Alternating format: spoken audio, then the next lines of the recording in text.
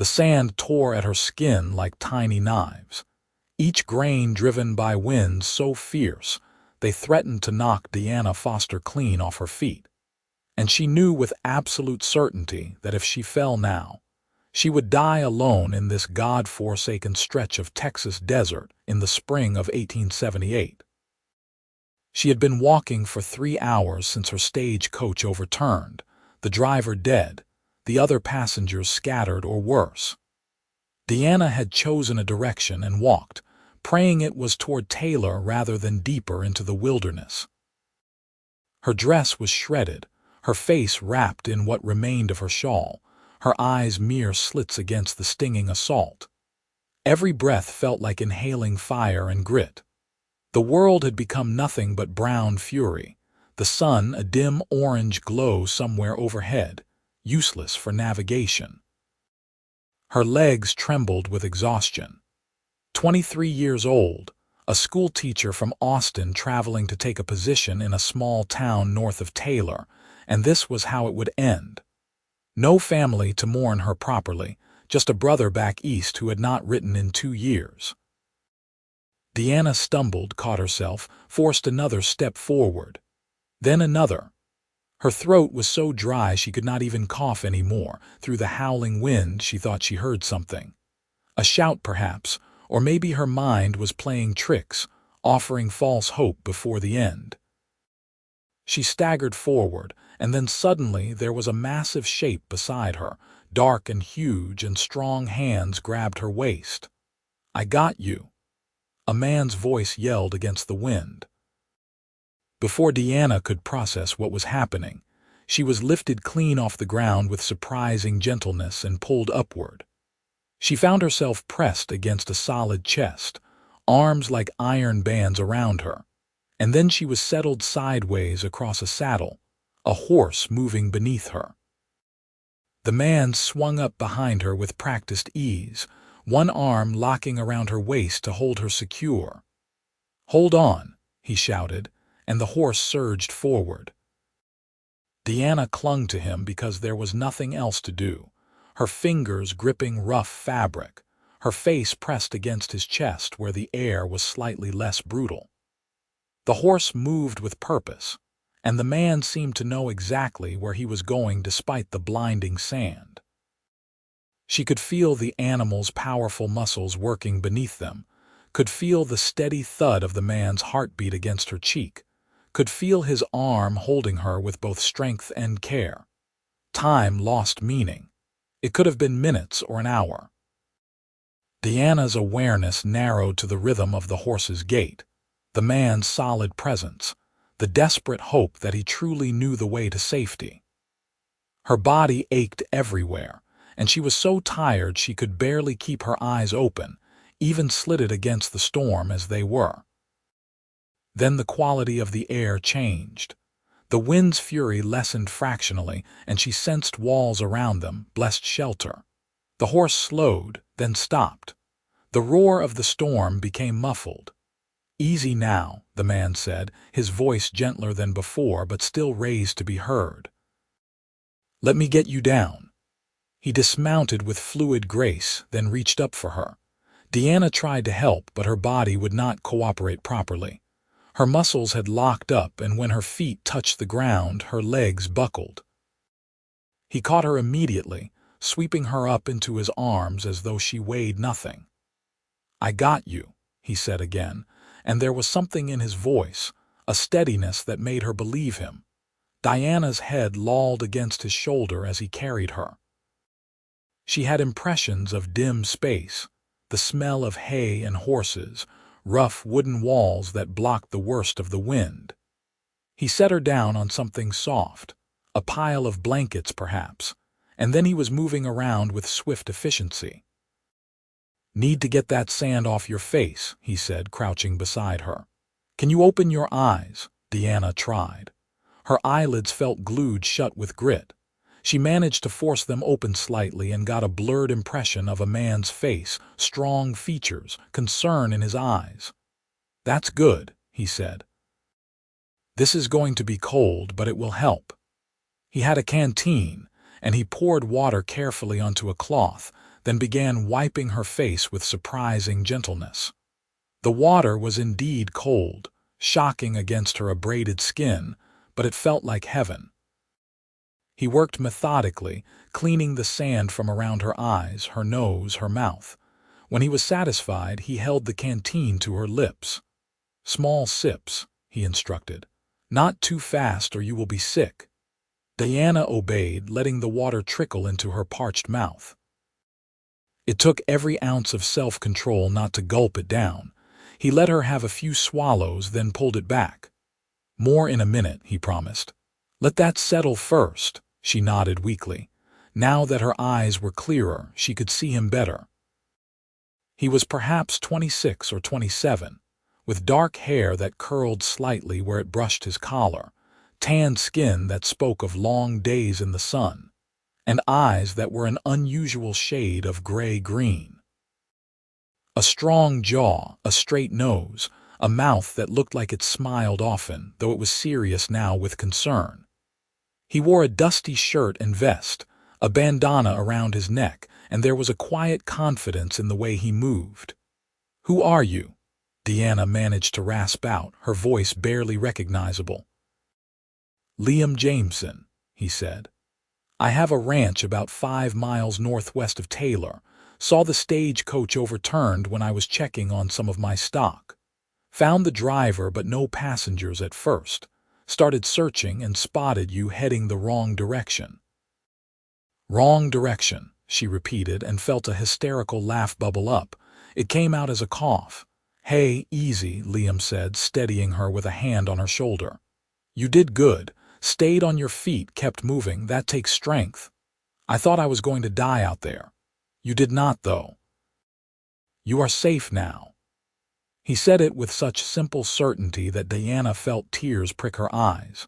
The storm howled outside their shelter, but in here, with this stranger who had pulled her from certain death, she felt safer than she had in months. "We are in an old line shack," Liam explained, glancing around. "Used to be for ranch hands watching cattle in this section, but we moved operations last year. I keep it stocked for emergencies. Storm should blow itself out in a few hours, then we can head back to my ranch or into Taylor, whichever you prefer." "Taylor," Diana said. "I was supposed to arrive today. I have a position teaching at the school." "The school will understand when you show up a day late after surviving a sandstorm and a stagecoach accident." Liam's mouth quirked up at one corner. "I know the woman who runs it, Mrs. Patterson. She is stern but fair. You know her, small town. Everyone knows everyone, or they know someone who knows them." He picked up the canteen again. "Think you can handle some more water?"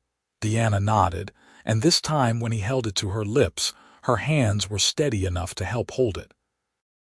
The water soothed her raw throat, and she could feel her body beginning to recover from the extremity of its ordeal, though she still felt weak as a kitten.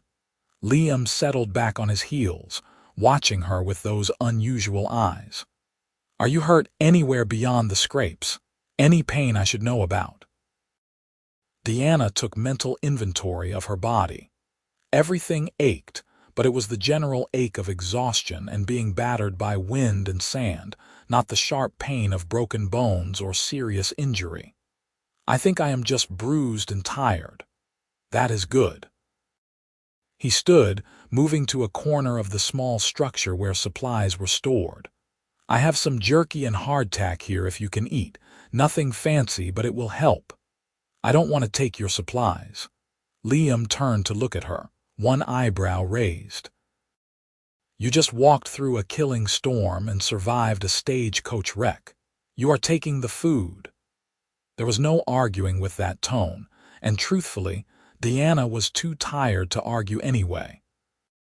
She watched as he brought over a small wrapped bundle, opening it to reveal strips of dried meat and hard biscuits. He handed her a piece of jerky, and she bit into it, the salt and flavor almost overwhelming after hours of having nothing. Her stomach woke with a vengeance, reminding her she had not eaten since dawn. They shared the simple meal in companionable silence, the storm raging outside while they sat safe and dry within the sturdy walls of the lined shack. Deanna studied Liam when she thought he was not looking, noting the rope calluses on his hands, the easy way he moved, the quiet competence he radiated.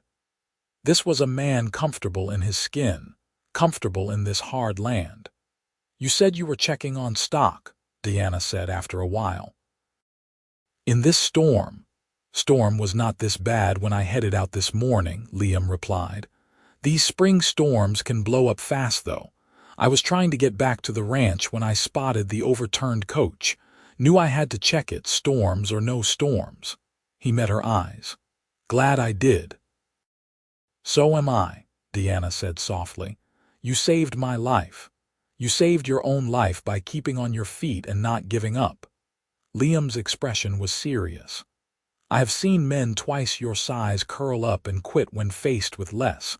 You are stronger than you know, Deanna Foster." The sound of her name in his voice sent an unexpected warmth through her chest. "You knew my name, found your bag near the coach, had papers with your name and your position at the school." He gestured to the corner where Deanna now saw her worn leather satchel, looking battered but intact. "Brought it along, figured you would want it." Relief flooded through her. That bag contained everything important to her: her teaching certificate, letters of reference, the small daguerreotype of her mother, the few dollars she had saved. "Thank you. I thought it was lost." "Nearly was." "Saw it wedged under part of the wreckage." Liam glanced toward the door where the wind still howled. "Storm is not letting up yet. We should settle in. Might be here until morning." Deanna felt a flutter of nervousness. Spending the night alone with a strange man in a remote cabin was hardly proper, but propriety seemed absurd given the circumstances. Besides, Liam Jameson had been nothing but respectful and kind. Her instincts told her she could trust him, and her instincts had kept her alive this long.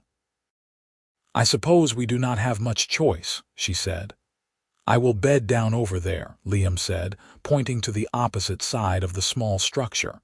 "You keep the blankets where you are. It is not much, but we will both be decent and warm enough. You are being very kind, just decent hospitality."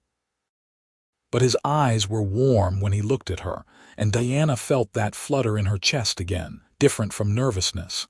"Get some rest. You have had a hell of a day." Deanna did not argue. She was so tired every bone felt heavy. She lay back on the pile of blankets, and despite the strange circumstances, despite the storm outside, despite everything, she felt her eyes growing heavy almost immediately. The last thing she was aware of was Liam moving around quietly, checking on his horse, settling himself for the night, and then she was asleep. She woke in darkness, disoriented and frightened for a moment before memory returned. The storm had quieted to a dull roar, no longer the shrieking fury of before. Across the shack, she could hear Liam's steady breathing. The sound was oddly comforting. Deanna lay still, letting her body inventory its aches and pains. Everything hurt, but it was bearable. She was alive. Tomorrow she would go to Taylor, would begin her new position, would start the new life she had planned. But tonight, in this moment, she was suspended between her old life and her new one, held safe by the courage of a cowboy who had ridden into a sandstorm to save a stranger.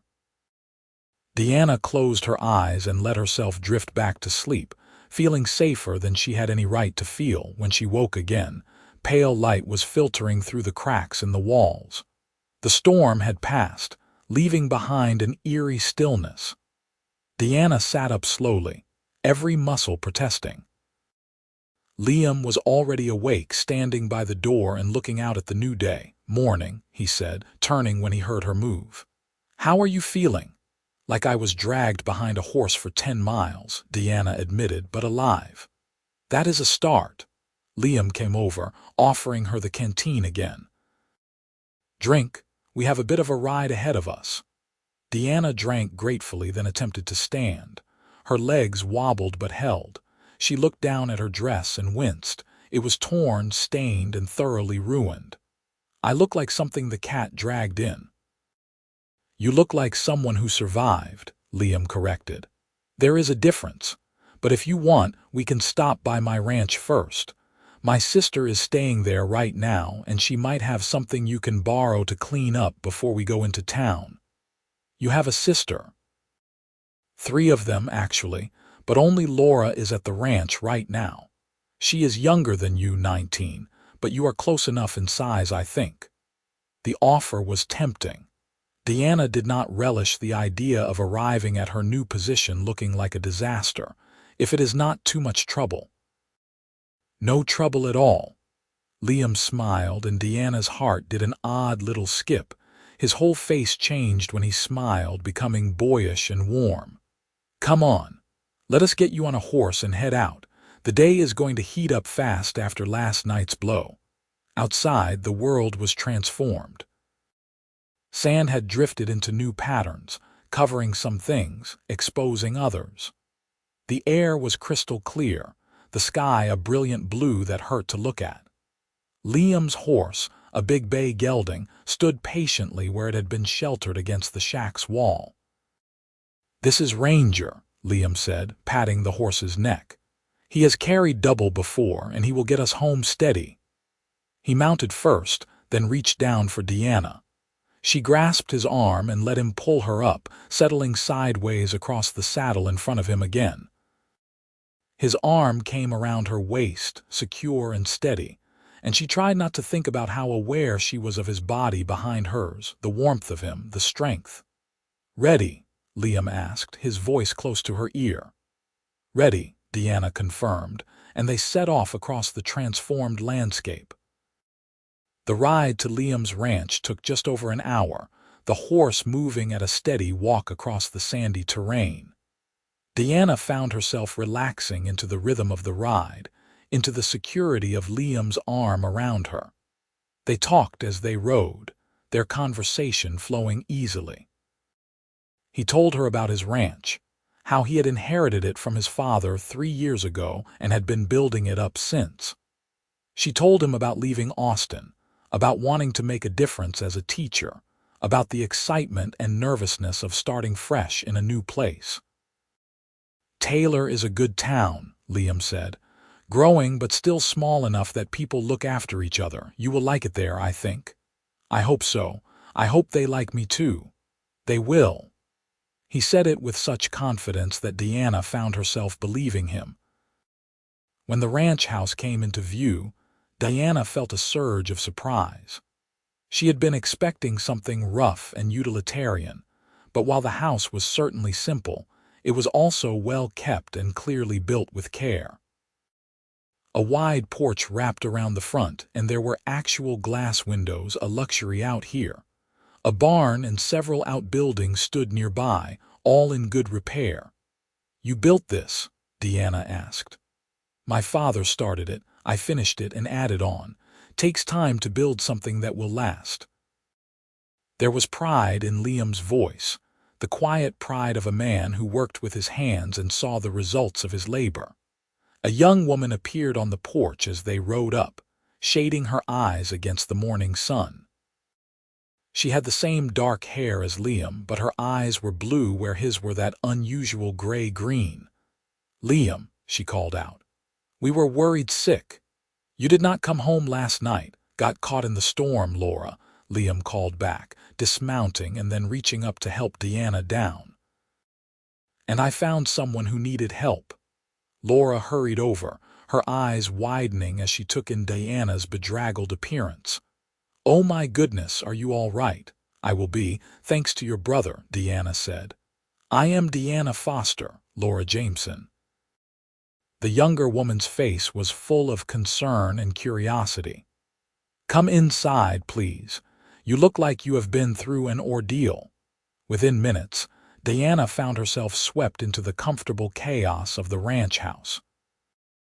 Laura was a whirlwind of helpful energy, heating water for washing, finding clothes for Deanna to borrow, chattering about the storm and her worry when Liam had not returned. Liam disappeared, presumably to see to his horse and his own needs, leaving Deanna in his sister's capable hands. "That blue dress should fit you," Laura said, holding up a simple but pretty garment. "And I have a brush somewhere around here. Your hair needs serious attention, no offense." "None taken." Deanna accepted the dress gratefully. "Your brother saved my life yesterday." "That sounds like Liam." Laura's expression softened with obvious affection. "He is always helping someone. Drives me crazy sometimes because he puts everyone else first, but I suppose that is just who he is." Deanna thought about Liam riding into the storm to check on the stagecoach, about his gentleness as he cleaned the sand from her face, about the way he had given her the blankets and taken the bare floor for himself. Yes, that seemed like exactly who he was. After washing away the worst of the grime and changing into Laura's blue dress, which fit reasonably well if a bit short in the hem, Diana felt almost human again. Laura had managed to work the tangles out of her hair and braided it in a simple but neat style. When Deanna looked at herself in the small mirror Laura provided, she was relieved to see she no longer looked like a disaster. "Much better," Laura pronounced with satisfaction. "Now you look like a proper schoolteacher instead of a tumbleweed refugee." Deanna laughed, and it felt good to laugh. "Thank you, Laura, for everything. Happy to help. It is nice having another woman around, honestly. Gets lonely with just me and Liam and the ranch hands." Laura paused, then added with a mischievous glint in her eye, "And Liam needs reminding that there is more to life than cattle and horses." Before Deanna could ask what she meant by that, Liam appeared in the doorway. He had cleaned up too, changing into a fresh shirt, his hair still damp from washing. His eyes found Diana immediately, and something flickered in their depths. "You look better," he said, and there was warmth in his voice that made Deanna's cheeks heat. "I feel better. Your sister has been wonderful. Laura is good at taking care of people." Liam's gaze lingered on Deanna for a moment longer, then he seemed to shake himself. "I have the wagon ready. I figured it would be more comfortable than riding double into town." "You do not have to take me," Deanna protested, though secretly she was glad he was offering. The thought of the ride alone, even in a wagon, still felt daunting after yesterday's ordeal. "You have done so much already." "I want to," Liam said simply. "Besides, I need to go into town anyway, pick up some supplies, check on a few things. This works out fine." Laura made them take food for the journey and extracted promises from Diana to visit again. Then Deanna found herself sitting on the wagon seat next to Liam, his strong hands on the reins, the horse pulling them toward Taylor and her new life. The ride was pleasant, the morning still relatively cool, the landscape washed clean by the storm. They talked more, the conversation easy and natural, ranging from practical matters to stories from their pasts. Deanna learned that Liam's father had died when he was 23, leaving him the ranch and the responsibility of caring for his 3 younger sisters. His mother had passed when Laura was born. He had grown up fast, taking on the burden of keeping the family afloat, and had succeeded beyond what anyone expected. "Your sisters are lucky to have you," Deanna said. Liam shrugged, looking uncomfortable with the praise. "They are my family. You do what needs doing. Still, not every man would step up the way you did." "Then not every man is worth much," Liam said bluntly, and Deanna found herself falling a little bit in love with him right then, though she barely knew him. There was something about his fundamental decency, his quiet strength, his matter-of-fact kindness that spoke to something deep inside her. Taylor appeared on the horizon, a collection of wooden buildings clustered along a main street, small but clearly thriving. The town had that raw, energetic feeling of a place that was growing, that had not yet settled into itself.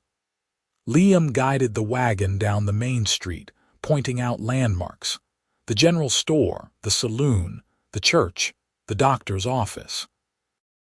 "And that is the school," he said, indicating a modest building at the end of the street with a small bell tower. "Mrs. Patterson lives in the house right next to it." Diana's stomach fluttered with nerves. This was it, the beginning of her new life. She smoothed down the borrowed dress, suddenly worried about making a good first impression despite everything. "You will be fine," Liam said, as if reading her thoughts. "More than fine. You are going to be wonderful at this." "How can you possibly know that?" "Because anyone with the strength to walk through a sandstorm and not give up has the strength to handle a classroom full of children." He pulled the wagon to a stop in front of the school and turned to look at her fully. "And because I have spent the last 18 hours with you, and I have seen enough to know you are special, Diana Foster." Diana's breath caught. The way he was looking at her with admiration and something warmer, something that made her heart race, took her completely off guard. "Liam, Miss Foster." An older woman appeared from the house next door, her expression stern but not unkind. "I was told you would be on yesterday's stage. When you did not arrive, I feared the worst." "There was an accident, Mrs. Patterson," Liam said, climbing down from the wagon and moving around to help Diana down.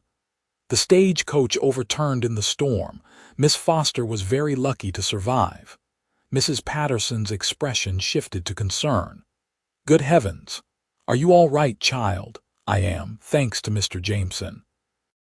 Diana felt Liam's hands on her waist as he lifted her down from the wagon, steady and sure. "He found me in the storm and brought me to safety.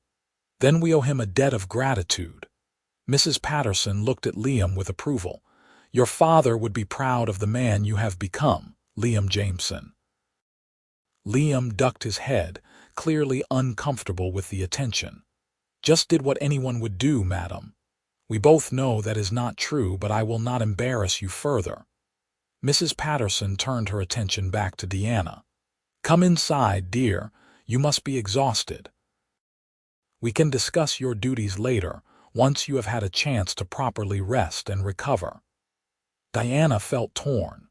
She knew she should go with Mrs. Patterson, should begin settling into her new position, but she was not ready to say goodbye to Liam. Not yet. Not when it felt like there was so much unfinished between them. "Go on," Liam said softly, seeing her hesitation. "You need to rest. I will bring your bag by later once I have picked up my supplies." It was not goodbye then, just a temporary parting. Diana felt relief flood through her. "Thank you, Liam, for everything." "No thanks needed." His eyes held hers for a long moment, and Diana felt that connection again, that sense of something significant passing between them. Then he stepped back, tipping his hat. "Welcome to Taylor, Miss Foster." Diana followed Mrs. Patterson into the small house, but she looked back twice to watch Liam drive the wagon away. Both times, she found him looking back at her too. The next few days passed in a blur of activity.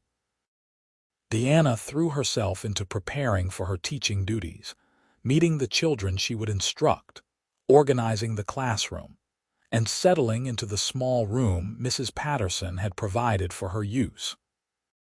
The older woman was exacting but fair, and Diana found herself working harder than she ever had to meet those exacting standards. But through it all, she found her thoughts returning to Liam Jameson, to his gray-green eyes and quiet strength, to the way he had held her safe through the storm, to the warmth in his voice when he said her name. She told herself she was being foolish, spinning romantic fantasies about a man she had spent barely a day with. But the heart, she was learning, did not always listen to logic. On her fourth day in Taylor, Diana was organizing primers in the classroom when she heard a knock at the door.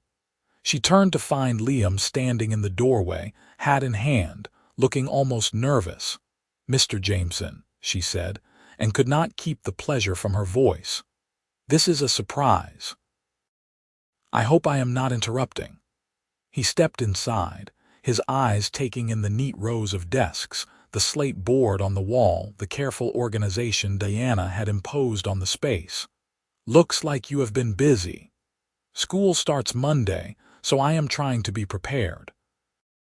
Diana set down the primer she was holding and moved closer. "But I am glad for the interruption, truthfully. What brings you to town? Actually, I came to see you." Liam turned his hat in his hands, and Diana realized with a start that he was nervous. "I wanted to check on how you are settling in, make sure you had everything you needed." "That is kind of you. I am settling in well, actually. Mrs. Patterson is a demanding taskmaster, but I appreciate that, and the children I have met so far seem bright and eager to learn." "That is good. That is real good." Liam paused, seeming to gather himself. "Diana, I know we barely know each other, and I know you are just getting established here, but I was wondering if you might do me the honor of having dinner with me on Sunday. There is a little restaurant here in town, nothing fancy, but the food is good." Diana's heart leapt. "Are you asking to court me, Mr. Jameson?" "I am." He met her eyes directly. "I know it is fast, and if you need more time to settle in first, I understand. But I have not been able to stop thinking about you since I pulled you onto my horse in that storm. There is something between us, Diana. I felt it then, and I am feeling it now. If you feel even a fraction of it too, I would like the chance to see where it might lead." Diana knew she should be cautious, knew she should take time to establish herself in her new position before getting involved with anyone. But she also knew, with bone-deep certainty, that what she felt for Liam Jameson was real and rare and worth pursuing. "I feel it too," she said softly. "And yes, I would be honored to have dinner with you on Sunday." The smile that broke across Liam's face was like sunshine. Yeah. Diana found herself smiling just as broadly. "I have not been able to stop thinking about you either." Liam took a step closer, and Diana's breath caught. For a moment she thought he might kiss her, right there in the classroom, and she found she would not have objected. But he simply reached out and took her hand, his work-roughened palm warm against hers. "Sunday then," he said. "I will pick you up at 5. "Sunday at 5, Diana agreed, and her hand tightened around his. From that Sunday dinner forward, Liam Jameson became a regular fixture in Diana Foster's life. He courted her properly, with dinners and walks and visits carefully chaperoned by Mrs. Patterson's watchful eye. He brought her wildflowers picked from the range, took her on wagon rides to see the sunset over the rolling Texas hills, sat through her school concerts and recitals with obvious pride. Diana fell more in love with him with each passing week. She loved his steadiness, his integrity, his quiet humor. She loved the way he talked about his ranch and his dreams for its future. She loved how he treated her as an equal, valuing her opinions and listening when she spoke. She loved his gentleness with children and animals, the respect he showed to everyone he met regardless of their station. And Liam, for his part, fell just as deeply. He loved Diana's intelligence and passion for teaching. He loved her strength and resilience, the courage she had shown in that storm and continued to show every day. He loved her laugh, her kindness, the way she saw the best in people. He loved how she looked at him like he was someone special, someone worth loving. Summer ripened into fall, and fall cooled into winter. Diana's first year of teaching was challenging but rewarding, and she found herself falling in love with Taylor and its people as surely as she had fallen in love with Liam. The children adored her, Mrs. Patterson grudgingly admitted she was doing an excellent job, and the town had embraced her as one of their own. On a cold December evening, Liam asked Diana to take a walk with him despite the chill. She bundled into her warmest cloak, and they strolled through the quiet streets of Taylor, their breath misting in the air, their hands linked beneath her cloak where propriety could not see but where it felt right and necessary. Liam led her to a small rise just outside of town where you could see the stars spread out like diamonds on black velvet, more stars than seemed possible, the kind of sky that only existed far from city lights. They stood together in silence for a moment, and Deanna felt perfectly content, perfectly at peace. "Deanna," Liam said finally, his voice serious, "I need to ask you something." She turned to look at him and found him watching her with an intensity that made her heart race. "What is it?" "I know we have only been courting for 8 months. I know by some standards that is not very long, but I also know with absolute certainty that I love you. I have loved you since that day in the storm, if I am being honest, and I cannot imagine my life without you in it." He reached into his pocket and pulled out a small box. "Deanna Foster, will you marry me? Will you be my wife, share my life, build a future with me?" Diana's eyes filled with tears, but they were happy tears, joyful tears. "Yes," she said, her voice breaking with emotion. "Yes, Liam, 1,000 times yes. I love you too. I have loved you from almost the beginning." Liam opened the box to reveal a simple gold band with a small ruby set in it. "It was my mother's ring," he said. "My father gave it to her when they got engaged." "I know it is not much, but it is perfect," Deanna interrupted, holding out her hand so he could slip it onto her finger. "It is absolutely perfect." Liam slid the ring home, and then he was pulling her into his arms, kissing her with all the pent-up passion of 8 months of proper courting. Deanna kissed him back just as fervently, her arms wrapping around his neck, her body pressed against his. They were alone on the hill, and for this moment they could be just Liam and Deanna, two people in love, without the constraints of propriety. When they finally broke apart, both breathing hard, Liam rested his forehead against hers. "How soon can we get married?" he asked, his voice rough with emotion. "How soon do you want to get married?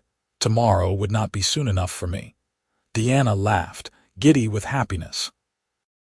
"I think we can manage something a bit faster than most, but still respectable. What about the spring? April or May?" "I can wait until spring," Liam said. "Barely, but I can manage it if you are at the end of that wait." They stood together on that hill, holding each other, making plans and promises, until the cold finally drove them back to town. Deanna knew there would be challenges ahead. Ranching was hard work, and teaching was her calling. They would have to figure out how to balance their lives, how to make room for each other's dreams. But looking at Liam, feeling the solid strength of his love, Deanna had no doubts. They would figure it out together. The wedding took place on a beautiful April morning in 1879, with the wildflowers blooming across the Texas hills and the whole town of Taylor in attendance. Deanna wore a dress of cream silk that Laura and her sisters had helped alter, and she carried a bouquet of those same wildflowers Liam had picked for her during their courtship. Liam wore his best suit and looked so handsome Deanna could barely breathe when she saw him waiting at the altar. Mrs. Patterson cried during the ceremony, though she would deny it later. Laura stood as Deanna's maid of honor and wept openly. Liam's other 2 sisters, Emma and Catherine, managed to keep their composure slightly better but still had to dab at their eyes. When the preacher pronounced them man and wife, and Liam kissed Deanna, the whole church erupted in applause. The celebration afterward was everything a wedding should be: joyful, chaotic, full of good food and better company.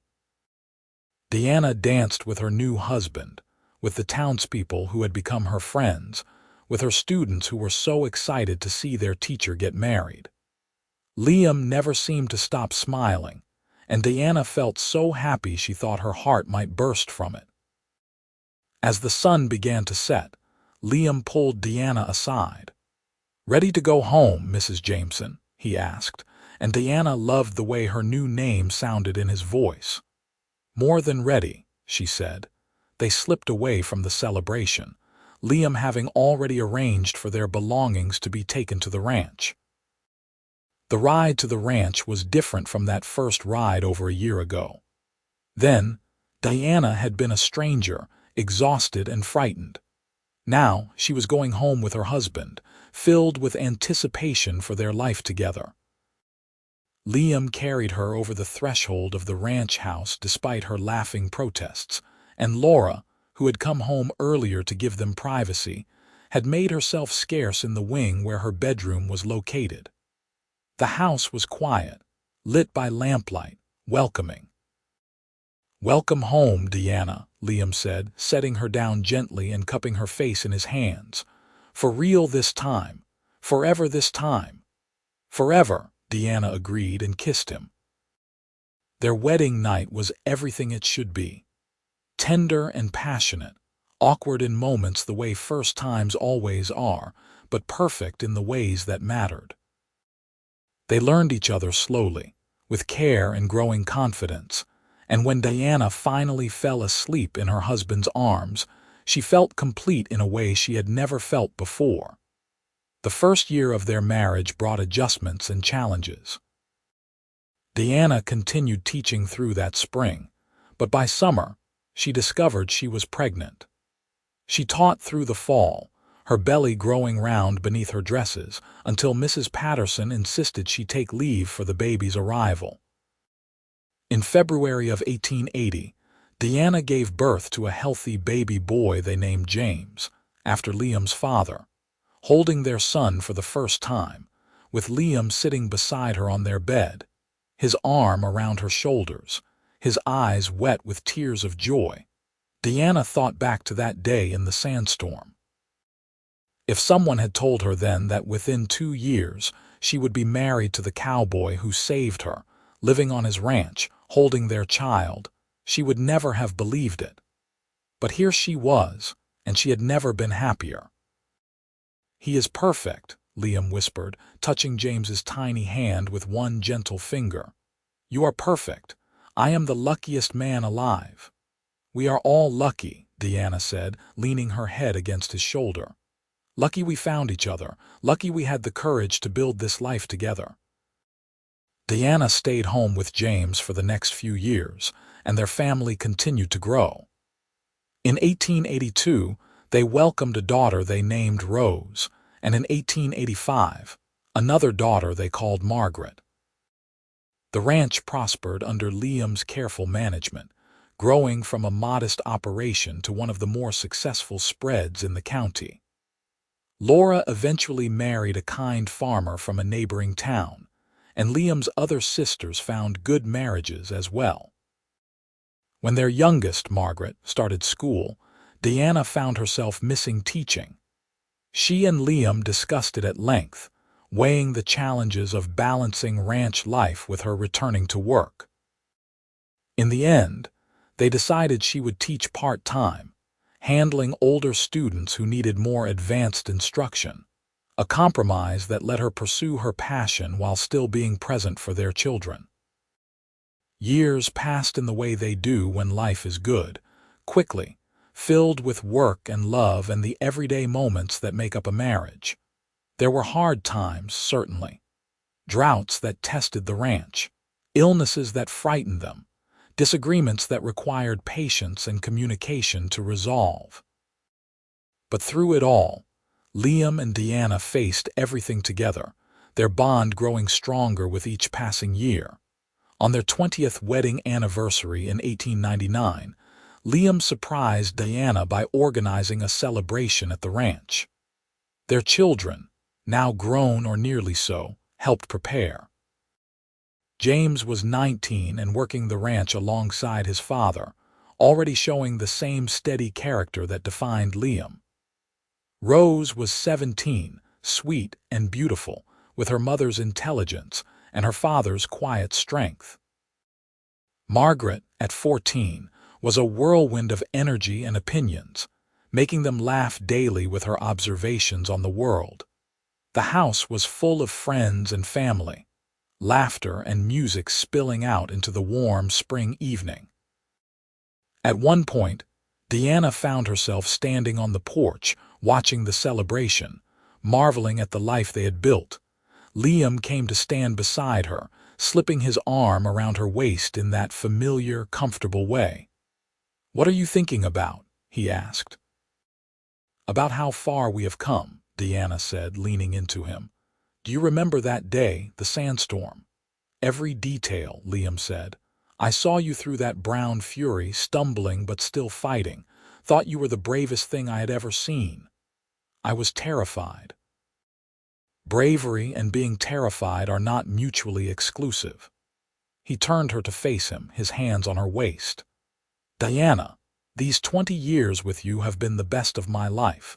You made me better than I was. You gave me a family, a purpose beyond just surviving. You are the best thing that ever happened to me." Deanna felt tears prick her eyes. "I could say the same about you. You saved my life that day, Liam. But more than that, you gave me a life worth living. You gave me love, partnership, a home. You gave me everything." "We gave each other everything," Liam corrected. "That is what a good marriage is, I think. Both people giving, both people receiving, both people choosing each other every day." "Then I choose you," Deanna said, standing on tiptoe to kiss him. "Today and always I choose you."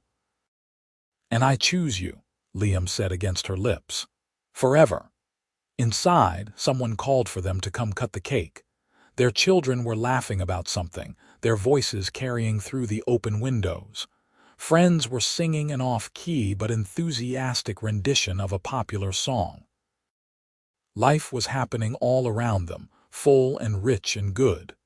Liam took Deanna's hand, that same hand he had held countless times over the past 20 years, and led her back inside to the celebration. As they stood together, cutting the cake while everyone cheered, Deanna caught his eye and smiled. He smiled back, that same smile that had captured her heart all those years ago, and she knew with absolute certainty that this was exactly where she was meant to be. The years continued to unfold gently. James married a rancher's daughter from 2 counties over and brought her home to the ranch, where Liam built them a house on the property so they could be close while still having their own space. Rose fell in love with the new doctor who came to Taylor, a young man with kind eyes and a passion for healing. Margaret, surprising everyone, turned out to have a gift for horses and started training them, building a small but growing reputation. Liam and Deanna became grandparents, delighting in the privilege of loving their children's children without the full responsibility of raising them. They watched their family grow and spread, but the center always held. Sunday dinners at the main ranch house remained sacrosanct, the whole family gathering to share food and news and love. On a summer evening in 1910, when they had been married 31 years and Diana was 55 and Liam was 58, they found themselves alone on the porch as the sun set in brilliant shades of orange and gold. Their hair was graying now, their bodies bearing the marks of hard lives well lived, but when Liam looked at Deanna, he still saw the woman he had pulled onto his horse in that sandstorm so long ago. And when Deanna looked at Liam, she still saw the young cowboy who had ridden through danger to save a stranger. "You ever wonder what would have happened if I had turned left instead of right that day?" Deanna asked, her head resting on Liam's shoulder as they sat together on the porch swing he had built years ago. "No," Liam said simply, "because you did not turn left. You kept walking and I found you and everything turned out exactly as it was meant to. You believe in fate then?" "I believe in us," Liam said. "Fate, chance, luck, providence, whatever you want to call it, something brought us together that day. But we chose to build on that moment. We chose to love each other. We chose this life, and I would choose it again 1,000 times over." Deanna lifted her head to look at him, seeing the truth of his words written in every line of his beloved face. "So would I," she said softly. "Every time, in every way, I would choose you." They sat together in comfortable silence, watching the sun set over the land they had worked and loved for 3 decades. Inside, they could hear their grandchildren playing, shrieks of laughter echoing through the house. Tomorrow would bring its own challenges and joys. Cattle to tend, meals to cook, children and grandchildren to love, a life to continue living with purpose and grace. But tonight, in this perfect moment, there was just the two of them. Diana and Liam, teacher and rancher, survivors of a sandstorm that had blown them together all those years ago. They had built something lasting and true, something that would endure long after they were gone in the family they had raised, and the love they had shared so freely. As the stars began to emerge in the darkening sky, the same stars they had stood under the night Liam proposed, Diana reached for her husband's hand. He took it immediately, their fingers lacing together with the ease of 3 decades of practice. They sat like that, hand in hand as the day gave way to night, content in each other's presence, grateful for the life they had built, and secure in the knowledge that their love story, which began with a cowboy riding through a sandstorm to save a woman walking alone, had become something beautiful and enduring that would echo through generations to come. The porch swing creaked gently as they rocked, the sound mixing with the chirp of crickets and the distant low of cattle settling for the night. This was home. This was love. This was the happily ever after that Diana had barely dared dream of in those first terrifying moments of the sandstorm, and it was more wonderful than any dream could have been. They stayed there together until the stars filled the whole sky, two souls who had found each other against all odds and chosen, every single day, to love each other through everything life brought. And when they finally rose to go inside, Liam kept Diana's hand in his, just as he had on that first ride to safety, and just as he would for all the days remaining to them. Their love story had begun in a moment of danger and rescue, but it had grown into something much deeper and more profound. A partnership built on mutual respect, sustained by genuine affection, strengthened by shared challenges, and enriched by the family and life they had built together. From a sandstorm in the wild Texas desert to a porch swing on a prosperous ranch, from strangers to lovers to partners for life, Diana Foster and Liam Jameson had written their own happy ending, and it was beautiful.